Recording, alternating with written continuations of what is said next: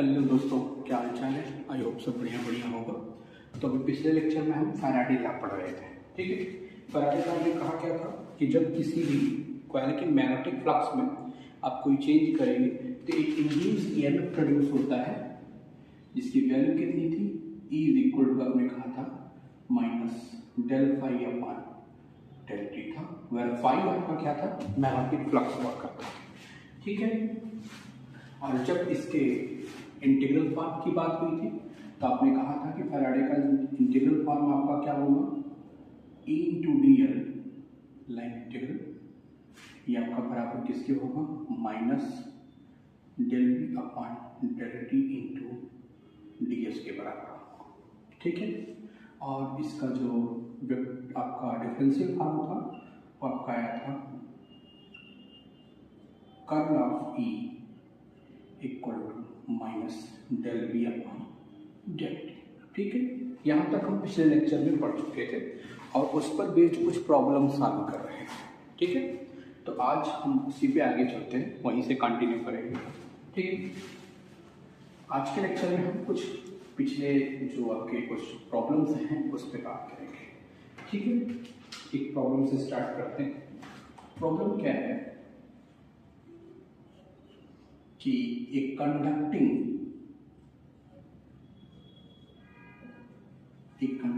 Rod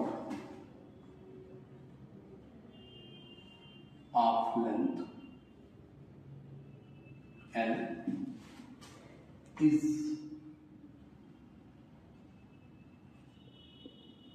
rotating with a constant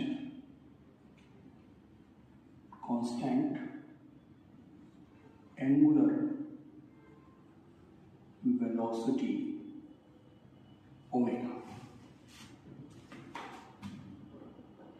in a uniform magnetic field B।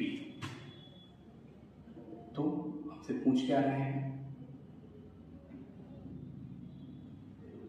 कि what is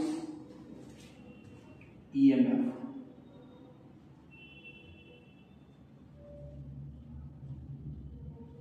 developed between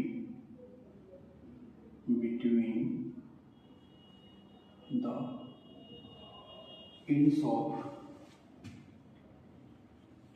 the rod।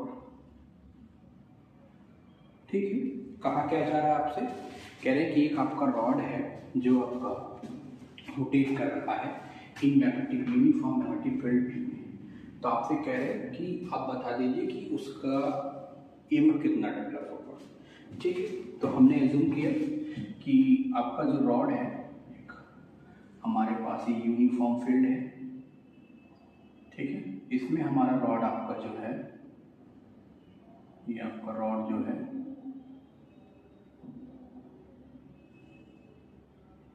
AB एक rod है, ये आपका magnetic field आपकी ये B है। ठीक है, आपके पास एक रॉड है OA, ये रॉड OA आपका क्या कर रहा है विथ एंगुलर वेलोसिटी ओमेगा से इस आपकी मैग्नेटिक फील्ड में रोटेट कर रहा है। ये रॉड आपका OA है, ये रोटेट कर रहा है। ठीक है, जब ये रोटेट कर रहा है तो हमने कहा कि अब पूरे रॉड को हमने इस रॉड को हमने छोटे छोटे पार्ट्स में डिवाइड कर लिया। ठीक है, ध्यान से समझिए, आपको कहना क्या था, यह है कि conducting rod of length L is rotating with a constant angular velocity omega. तो ये आपका कैपिटल L लेंथ का एक रॉड था। ठीक है, जो आपका रोटेट कर रहा है विथ एंगुलर वेलोसिटी ओमेगा से। ठीक है, आपको बताना है कि जब ये रॉड आपका रोटेट कर रहा है तो कितना EMF इसके एंड्स में आपका प्रोड्यूस होगा। ठीक है, तो हमने क्या कहा, हमने कहा कि इसका एक स्मॉल पार्ट हम ले रहे हैं, ये आपका एक स्मॉल पार्ट है DL जो आपके सेंटर से L डिस्टेंस पर है। स्मॉल एल डिस्टेंस पर है, ये आपको रोटेट कर रहा है। जब ये रोटेट करेगा, ठीक है, तो ये डीएल लेंथ का है, समझिए डीएल लेंथ का है, और ये आपके जो ओ आपका है ओ से एल डिस्टेंस पर है, ओ से एल डिस्टेंस पर है। तब आप कहेंगे the area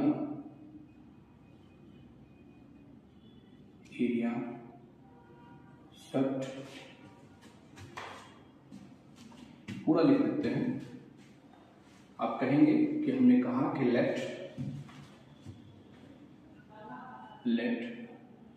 OA be the rod, OA be the rod of length L, rotating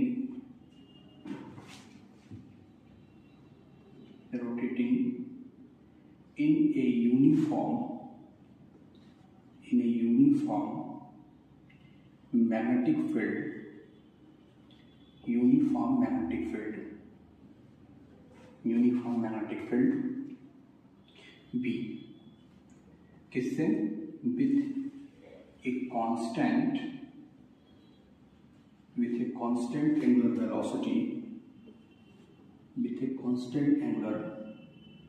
velocity, omega. ठीक है, आपने कहा कि OA एक रॉड था जो एक कांस्टेंट मैग्नेटिक फील्ड B में ओमेगा वेलोसिटी से मोशन कर रहा था। अब आपने क्या किया है कि एक small length DL, let a small length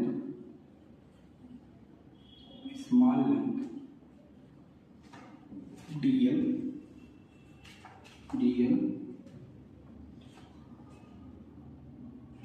of rod at a distance L from the end, ठीक है। आपने कहा कि हमने क्या किया, इसका एक स्मॉल पार्ट जो आपके एंड से L लेंथ पे था वो हमने ले लिया, ठीक है। तब क्या होगा, तो आप कहेंगे कि वो कितना एरिया शिफ्ट करेगा, the area swept by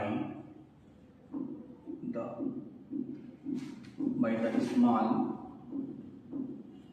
small length dl is, क्या हो जाएगा भैया, अब इस कितना हो जाएगा v इंटू dl, चूंकि आपका कितना v वेलोसिटी से ओमेगा वेलोसिटी से रोटेट कर रहा था। हमने कहा कि ये वेलोसिटी v से आपका इतना, ये लेंथ एलिमेंट जो है इतना एरिया शिफ्ट करेगा, ठीक है। तो कहेंगे आपको निकालना क्या है, EMF निकालना है। तो अब आप डिफिनेशन रख दीजिए,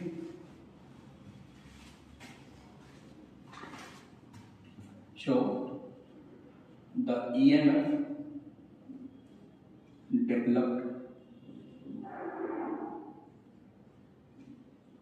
developed at the ends of the rod,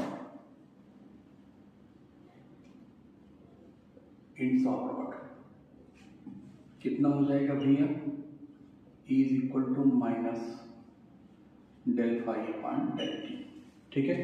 phi की डेफिनेशन क्या कहती है कि minus del upon del t और B इंटू ए, यही तो होगा फाई की डेफिनेशन, ठीक है। अब B, E कितना हो जाएगा, B आपने कहा यूनिफॉर्म है, तो B आपका हो गया, और dA अपॉन dt, जो न्यूमेरिकल वैल्यू रहेगी तो इसको हम माइनस हटा देंगे, ठीक है। यहाँ तक समझिए, आपने कहा कि एक रॉड आपके पास था जिसकी लेंथ L थी, वो आपकी मैग्नेटिक फील्ड B में रोटेट कर रहा है। आपने कहा कि स्मॉल लेंथ एलिमेंट हमने ले लिया, ये L लेंथ था एंड से, और तब उसने आपने कहा V into d L area वो शिफ्ट किया, ठीक है। अब dA की वैल्यू आपने निकाली है, क्या निकाला है, देखिए न्यूमेरिकल वैल्यू जब लेंगे तो dA अपॉन dt हो जाएगा ये v, वो आपने v इंटू dl आपने निकाल दिया, ठीक है। ये जो कि dl के लिए था स्मॉल। अब पूरे रॉड का निकालना है, therefore hence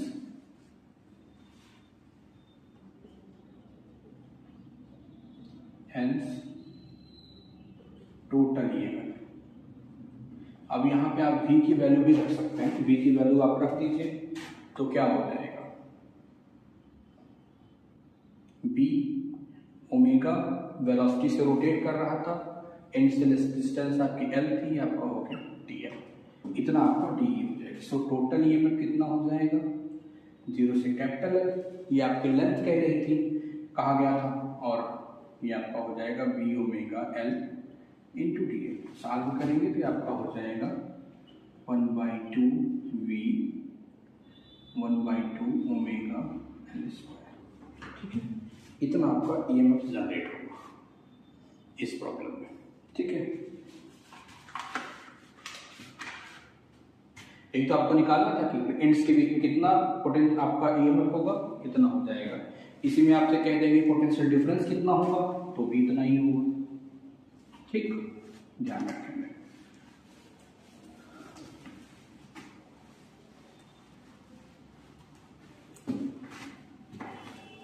आइए अगली प्रॉब्लम देखते हैं।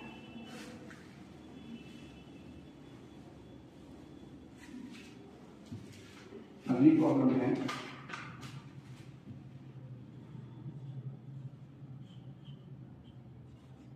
ये wire bent as a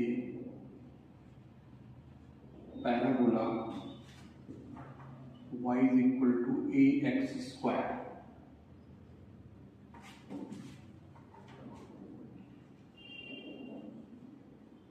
is located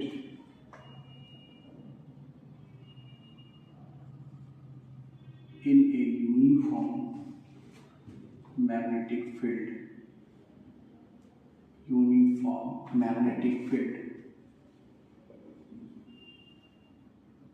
B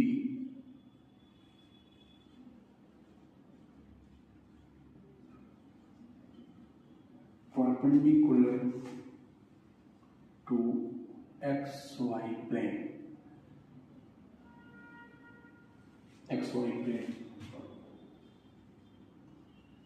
at the moment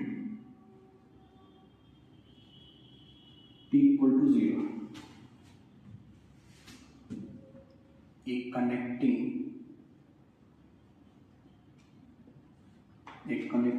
bar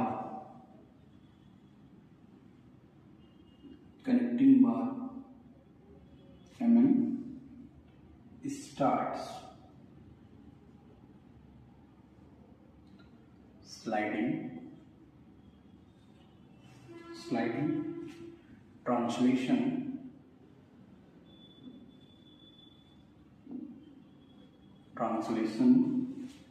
wise from the apex of the parabola,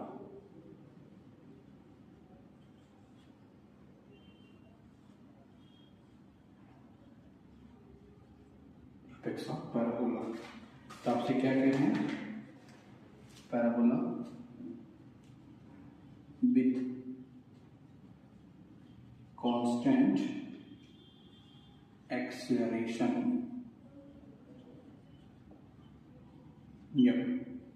तो find the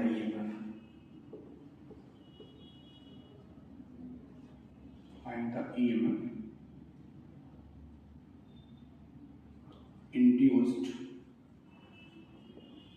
in the loop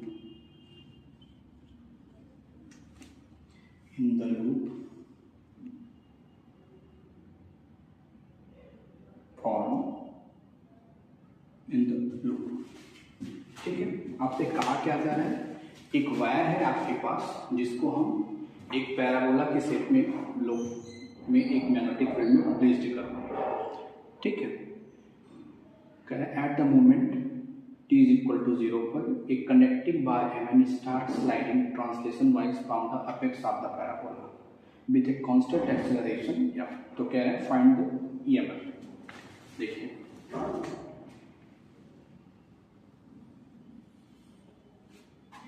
एक आपके पास पैराबोला है, ये आपकी x एक्सिस है, ठीक है। एट t इक्वल टू 0 पर ये और z, ठीक है। ये आपकी y एक्सिस है, ठीक है। कह रहा है कि एक आपके पास रॉड है Mn, ये आपकी रॉड है Mn, वो इसी पर स्लाइड कर रही है, ठीक है। तो कह रहे हैं कि आप क्या बताइए कि कितना EMF डेवलप होगा, ये आप हमें बता दीजिए, ठीक है। अब देखिए हम कह रहे हैं कि लेट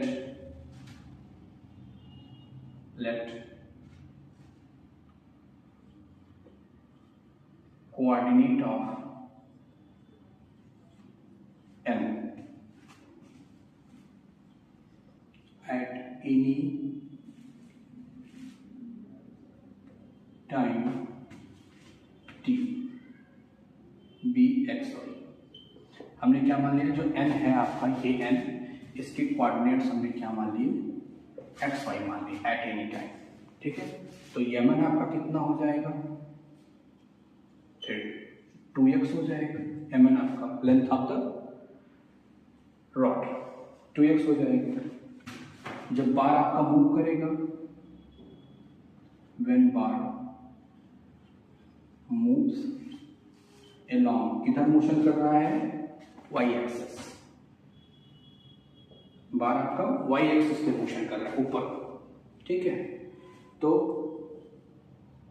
द इंड्यूस्ड ईएमएफ आपका कितना होगा बताइए, इंड्यूस्ड ईएमएफ कितना हो जाएगा, E is equal to minus del phi upon del t, ठीक है, del phi upon del t. अब देखिए फाई क्या है, फाई बी इंटू ए होगा, ठीक है। तो रख दीजिए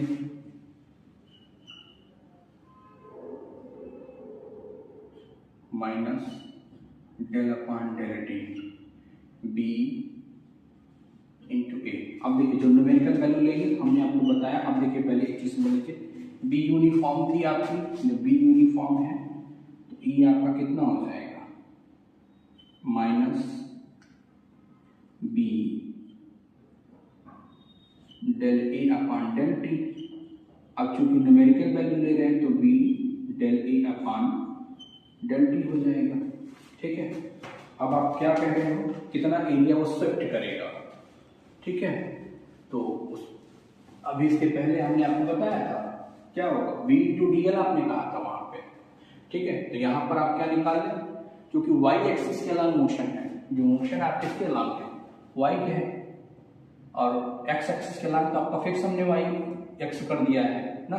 जब ये अलांग x एक्सिस जाएंगे तो x आपका फिक्स हो गया कि x ही है ये, ठीक है। इतना x होगा, ऊपर आपका कहीं भी जा सकता है, ठीक है। एरिया शिफ्ट आपका कितना हो जाएगा, E आपका हो जाएगा B इंटू एक्स और dy अपॉन dt हो जाएगा, ठीक है। B yes dy upon dt v हो जाएगा ये, ठीक। देखिए यहाँ पे लेंथ 2x आपने माना था ना, तो ये आपका क्या हो जाएगा 2x हो जाएगा, लेंथ चूंकि 2x मान रखा है हमने, ठीक है। अब ये तो हो गया, अगर आपसे पूछेगा तो आप एक इतना दे देंगे। कभी कभी आपसे क्या कहते हैं कि वो आप y के रिस्पेक्ट में, ये तो आपका x के रिस्पेक्ट में आया ना, अगर आपसे y के रिस्पेक्ट में पूछ लें तो आप क्या करेंगे, क्योंकि इक्वेशन आपको पैराबोला का दिया है तो आप क्या करेंगे, वी नो दैट, जानते क्या है, इक्वेशन ऑफ मोशन पढ़ा होगा v square is equal to u square plus 2as, यही तो होता है, ठीक है। तो वी स्क्वायर आपने कहा t इज इक्वल टू 0, तो u आपका 0 हो जाएगा, 2, a कितना है, f है, डिस्टेंस आपकी कितनी है, y है, तो v स्क्वायर किसके बराबर हो गया, 2f, y क्या हो गया। तो यहाँ से आप अगर v कैलकुलेट कर लें तो क्या हो जाएगा, रूट f ऑफ y हो जाएगा ये, ठीक है। आओ, and y is equal to आप क्या पाए थे, a x square, implies that यहाँ से x आप निकाल लें तो क्या मिल जाएगा, रूट y अपान ए, ठीक। तो अब आप अगर इसमें रखते हैं,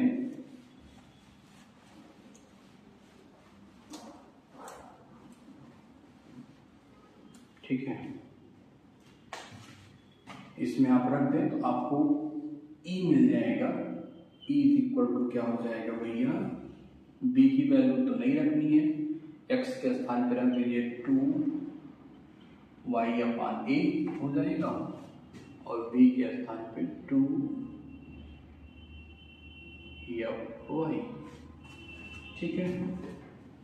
तो अब रखें, e कितना हो जाएगा, b इंटू 2 का अंदर जाएगा तो ये हो जाएगा 4, रूट वाई क्या हो जाएगा y, और ये आपका आएगा कितना, 8f अपान ए, इतना ही आपका डेवलप होगा, ठीक है, पैराबोला वाले केस में, ठीक। अब इसके बाद अगली प्रॉब्लम करते हैं।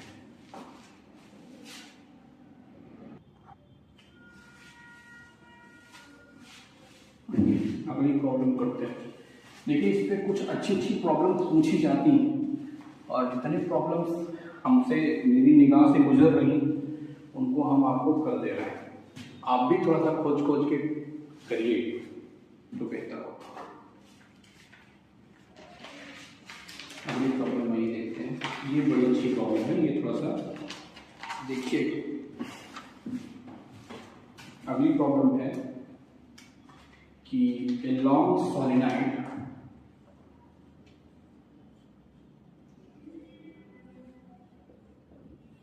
long solenoid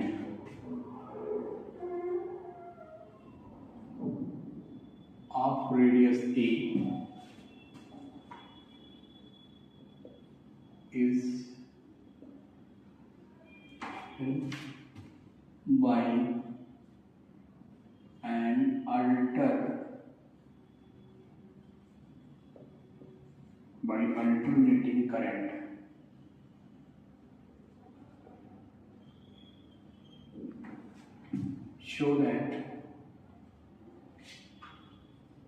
so that the field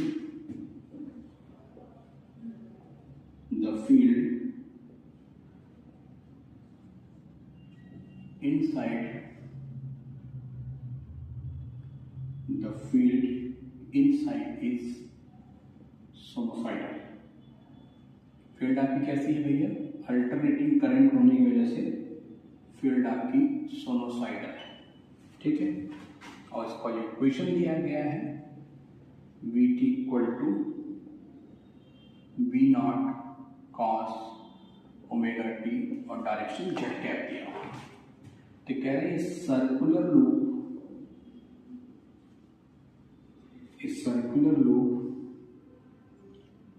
of wire of radius a by 2 and resistance R is placed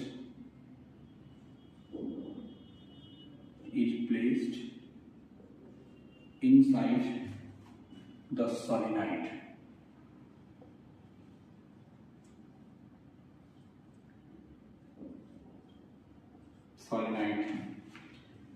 and coaxial coaxial with it. तो क्या कह रहे हैं कि find the current induced in the loop.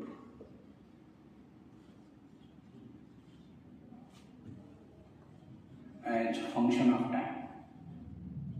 ऐसी प्रॉब्लम आप कर चुके हैं, ठीक है। इसके पहले लेक्चर में आप देखेंगे तो सेम ऐसी प्रॉब्लम हमने कराई है। बस उसमें क्या है, उसमें क्या था कि एक सॉलिनॉइड था जिसमें 100 नंबर ऑफ टर्न्स है, ठीक है। फिर आपने क्या कहा था कि 50 टर्न्स का एक लूप आपने उसके इनसाइड रख दिया था, ठीक है। कुछ इस प्रकार से रखा था कि आपकी फील्ड उसकी पैरेलल हो गई थी, तो आपने कहा था कि आप हमें ईएमएफ बता दीजिए।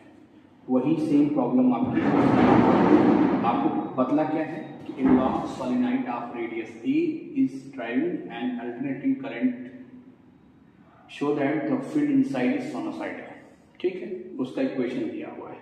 तो कह रहे हैं कि circular loop of wire radius a by 2 and resistance r is placed inside the solenoid and coaxial with it। वो जो आपका है, जो आपका वायर है वो आपकी सोलेनॉइड से कोएक्सियल है। तो कह रहा है कि find the current induced in the loop. बस वहां पर आपको क्या कहा गया था, वहां न्यूमेरिकल वैल्यू दी गई थी। जो लॉन्ग सोलेनॉइड था वो 100 टर्न्स में था ना पर सेंटीमीटर, और आपने जो रखा था वहां पर वो फील्ड यूनिफॉर्म थी, वो फील्ड यूनिफॉर्म थी। यहाँ पर आपकी करंट अल्टरनेटिंग टाइम के साथ बह रही है, ठीक है। आपसे कह रहे हैं कि circular loop of wire of radius A and resistance R is placed inside the solenoid. तो पहले तो आप फिगर बना लीजिए। क्या है कि एक आपके पास ये लॉन्ग सोलेनॉइड है, ठीक है, ये एक लॉन्ग सोलेनॉइड है जिसका एरिया कितना है, इसका रेडियस कितना है भैया, ए दिया है आपको, रेडियस ए दिया है। और कह रहा है कि एक अल्टरनेटिंग करंट इसमें फ्लो हो रही है, फ्लो हो रही है अल्टरनेटिंग करंट ये, ठीक है। उस अल्टरनेटिंग करंट की वजह से जो आपकी फील्ड डेवलप हुई उसका इक्वेशन बी आपको दिया गया है, क्या, B naught cos omega t, direction z cap, direction ये जेड कैप दिया, ठीक है। आपसे पूछा क्या जा रहा है कि एक लूप आपने यहाँ पर प्लेस्ड कर दिया है जिसका रेडियस कितना है, a by 2 है, ठीक है। तो कह रहे हैं कि आप बता दीजिए कितना करंट यहाँ पर होगी। तो इजीली है, आपके पास फार्मूला है, r कितना दिया है, a by 2 है। तो पहले आप फ्लक्स निकाल लो, फाई, डिफिनीशन क्या है, बी ए, ठीक है। तो आपका इक्वेशन दिया है v naught cos omega t, ये इक्वेशन है आपका, ठीक है। और सर्कुलर लूप है तो आपका पाई आर स्क्वायर, ठीक।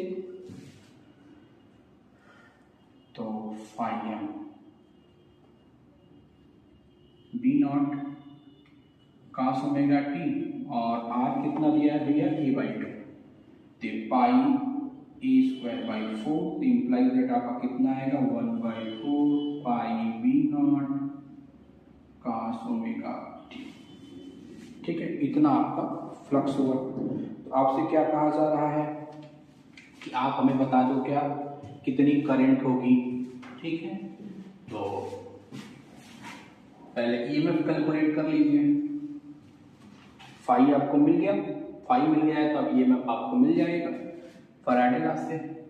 E इज इक्वल टू क्या हो जाएगा, minus del phi upon del T, करिए। E इज इक्वल टू क्या हो जाएगा, minus del upon del T आपका pi V naught cos omega T, A square यहाँ छूट ही है, पाई बी नॉट का square A square cos omega T. तो यहाँ पर हो जाएगा पाई बी नॉट ए का स्क्वायर cos ओमेगा टी। ठीक है, जब आप इसको सॉल्व करेंगे तो cos का माइनस साइन, तो ये आपका प्लस हो गया पाई बी नॉट का square, sorry B naught a का स्क्वायर, इसका करेंगे तो ओमेगा। ठीक है, ये साइन हो जाएगा साइन ओमेगा टी अपान 4, ये ई आ गया। अब आपसे क्या पूछा जा रहा है, आप आई बता दो। आई की डिफिनीशन क्या है, ई अपान आर। ई मतलब वोल्टेज, पोटेंशियल डिफरेंस, ई आपका निकाल दीजिए।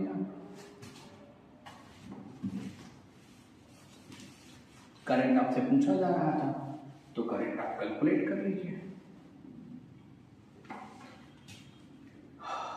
करंट आपकी क्या हो जाएगी भैया, आई इक्वल टू ई कितना है, पाई वी नॉट ए का square omega sine omega T. ठीक है, अपान 4 आर, ये निकल के आ जाएगा। ये देखिए इतनी जो आपकी वैल्यू है ये सब कांस्टेंट है, तो इसको हम क्या लिख सकते हैं, आई नॉट साइन ओमेगा टी। ये हो गया अल्टरनेटिंग करंट का इक्वेशन। अब आपको याद होगा, इसी में थोड़ा सा बढ़ा देते हैं। क्या क्या बढ़ा देंगे, आपसे आई एवरेज पूछ रहे हैं, डेफिनेशन आपके पास है, क्या है, 0 से कैपिटल टी। ठीक है, अगर आपसे क्या पूछ लें, वी एवरेज, तो v m sine omega t, सब फार्मूला आपके पास नोट है, तो 0 से टी। ठीक है, तो इसी में प्रॉब्लम्स आपकी बढ़ाई जा सकती है। एक तो आपसे करंट पूछ रहे हैं, अगर तो करंट तो आपने कैलकुलेट कर लिया, यहीं से आपके क्या पूछ रहे हैं, एवरेज। चूंकि आपको याद होगा, आप हमेशा कहते हो कि अगर हम किसकी बात करेंगे, आप अगर बात करते हैं अल्टरनेटिंग करंट की, तो वहाँ पर हमेशा आरएमएस वैल्यू ली जाती है। ठीक है ना, तो ये ध्यान रखेंगे कि आपसे पूछा जा सकता है आई एवरेज, बी एवरेज पूछा जा सकता है, तो बस आपको क्या करना है, इंटीग्रेट करना है उसको। ठीक, ये आई नॉट आप जानते हैं, ये pi B naught A square omega upon 4 R होगा, ये आपका आई नॉट होगा। तो v आपने कैलकुलेट ही कर लिया है, मतलब e आपने कैलकुलेट ही कर लिया है, तो रख करके आप फार्मूले में फिर से निकाल लेंगे। तो ये जो वैल्यू आपकी होगी ना, ये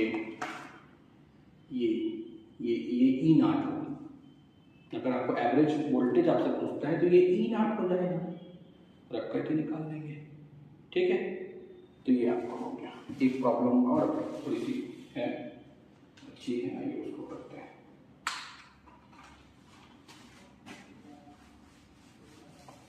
जितने लेक्चर मतलब जितने आपके फैराडे के क्वेश्चंस हो सकते हैं मोस्ट प्रोबेबिलिटी में, वो हम आपको करा दे रहे हैं।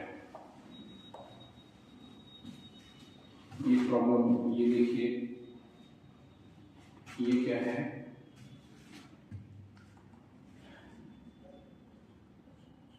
ये square root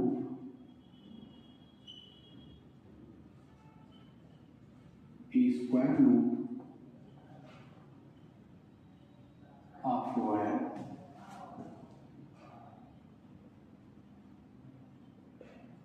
beside A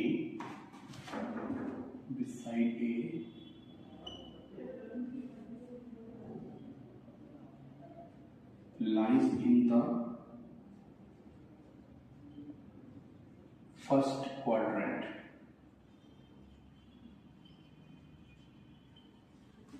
of the xy plane of the xy plane। ठीक है, with one corner at origin, with one corner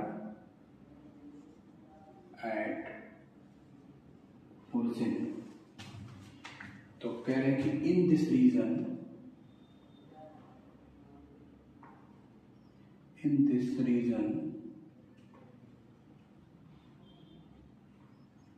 in this region there is a non-uniform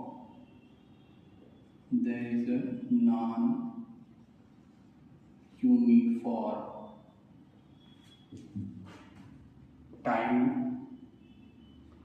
dependent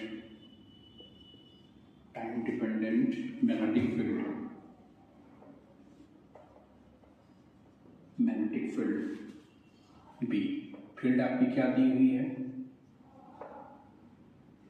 k y q t square z है, कि यहाँ पर constant होगा। तो कह रहे हैं कि फाइंड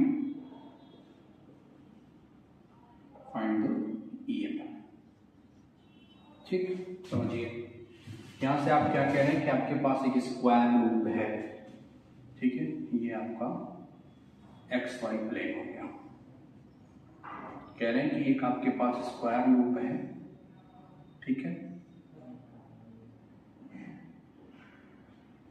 एक आपके पास स्क्वायर लूप है जिसकी एक साइड कितनी है भैया, A है, और इसका एक पार्ट आपका किस पे है, ओरिजिन पे है।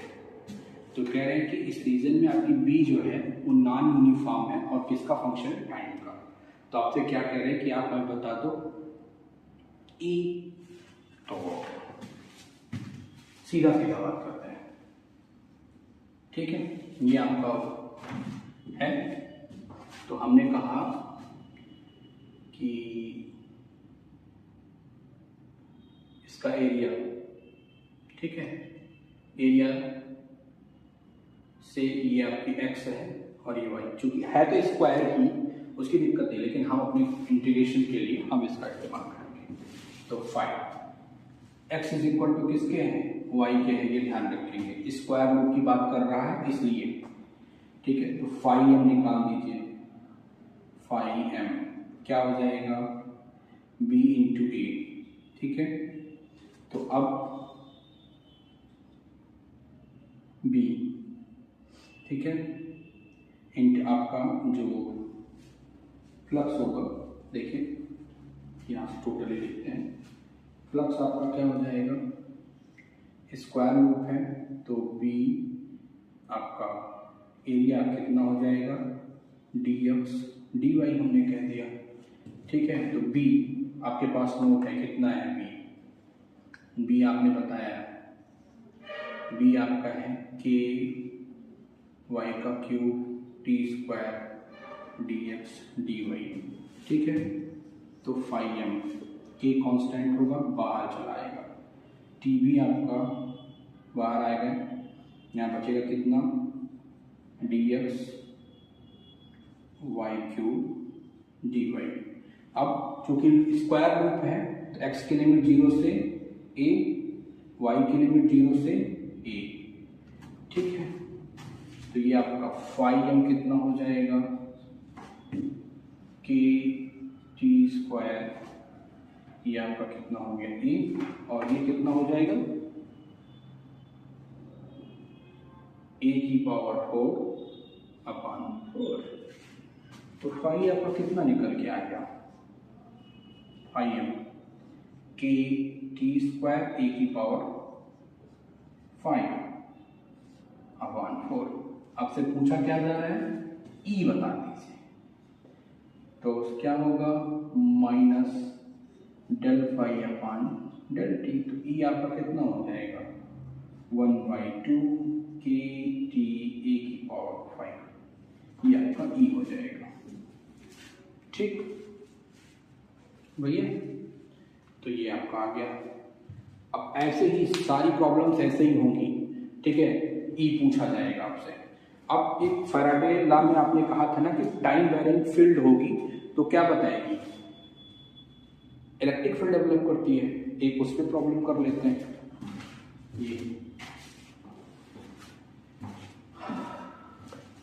ये तो था आपका, हर प्रॉब्लम में आपने देखा EMF पूछा जा रहा था आपसे।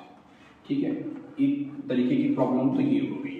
कुछ आपको हमने न्यूमेरिकल से लेके करा दी, कुछ आप कॉन्सेप्चुअली आपने कर लिया। अब एक प्रॉब्लम जो है वो देख लीजिए कि आपके फैराडे लॉ पे बेस्ड है कि using a integral formula, integral form of Faraday law, आप कैसे आप इलेक्ट्रिक फील्ड फाइंड करेंगे। देखिए गिवन है प्रॉब्लम, देखिए है कि in non uniform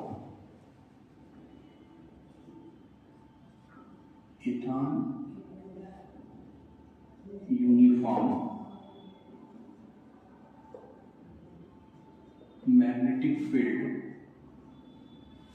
B function है टाइम का, Poynting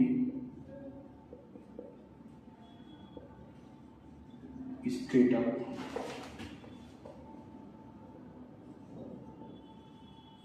fills the shaped circular region।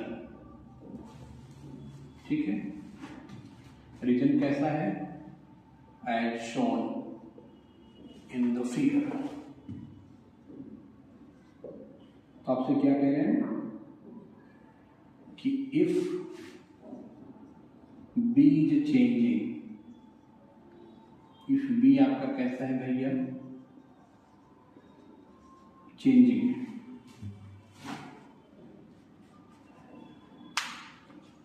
If B is changing with time, changing with time,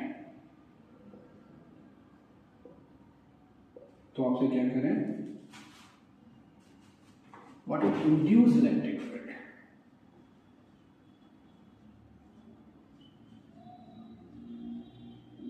induced electric field. ठीक है, देखिए आपको दिया जा रहा है सर्कुलर आपका रीजन है, ठीक है, इसमें इलेक्ट्रिक फील्ड आपकी स्ट्रेट है, ये आपकी मैग्नेटिक फील्ड्स दी हुई है। ठीक है, इलेक्ट्रिक फील्ड आपको निकालना है, सॉरी ये आपकी है। तो अब यहाँ पे है, तो यहाँ पर हमने कहा एक सर्कुलर रीजन है, ये एम्पेरियन लूप है, इसका रेडियस कितना है, स्मॉल आर है, एक एम्पेरियन लूप है, ये आपका फिगर है। कह रहे हैं कि non uniform magnetic field BT pointing straight up fills the shape circular region as shown in the figure. If B is changing with time, तो what is induced electric field। ठीक है ना, अगर B आपका क्या हो रहा है, चेंज हो रहा है कंटिन्यूसली, तो आपसे कह रहे हैं कि आप क्या बता दीजिए, आप इलेक्ट्रिक फील्ड बता दीजिए। Integral form of Faraday law, E into d l किसके बराबर होता है, minus del B upon del t. कह रहा है बी अगर कंटिन्यूसली चेंज हो रहा है तो देखिए ये dl कितना हो जाएगा, एम्पेरियन लूप रेडियस r है, तो ये आपका हो जाएगा e इंटू 2πr ना, और ये आपका ds कितना हो जाएगा भैया, क्योंकि लूप सर्कुलर रीजन, देखिए यहाँ कह रहा है फिर सर्कुलर रीजन की बात कर रहा है, तो क्या हो जाएगा minus del B upon del t, और ये आपका ds हो जाएगा, ds मतलब पाई आर स्क्वायर, तो e इंटू 2πr और minus del B del t.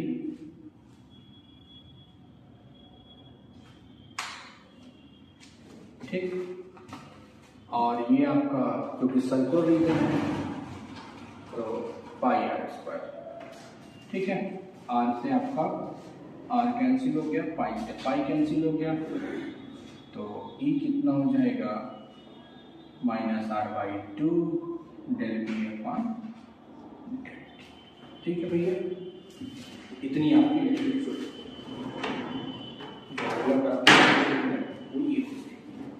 ठीक, ये आपका हो गया एम फैराडे। ठीक है, फैराडे लॉ और उससे रिलेटेड जो प्रॉब्लम्स होगा आपकी थी वो ये होगी।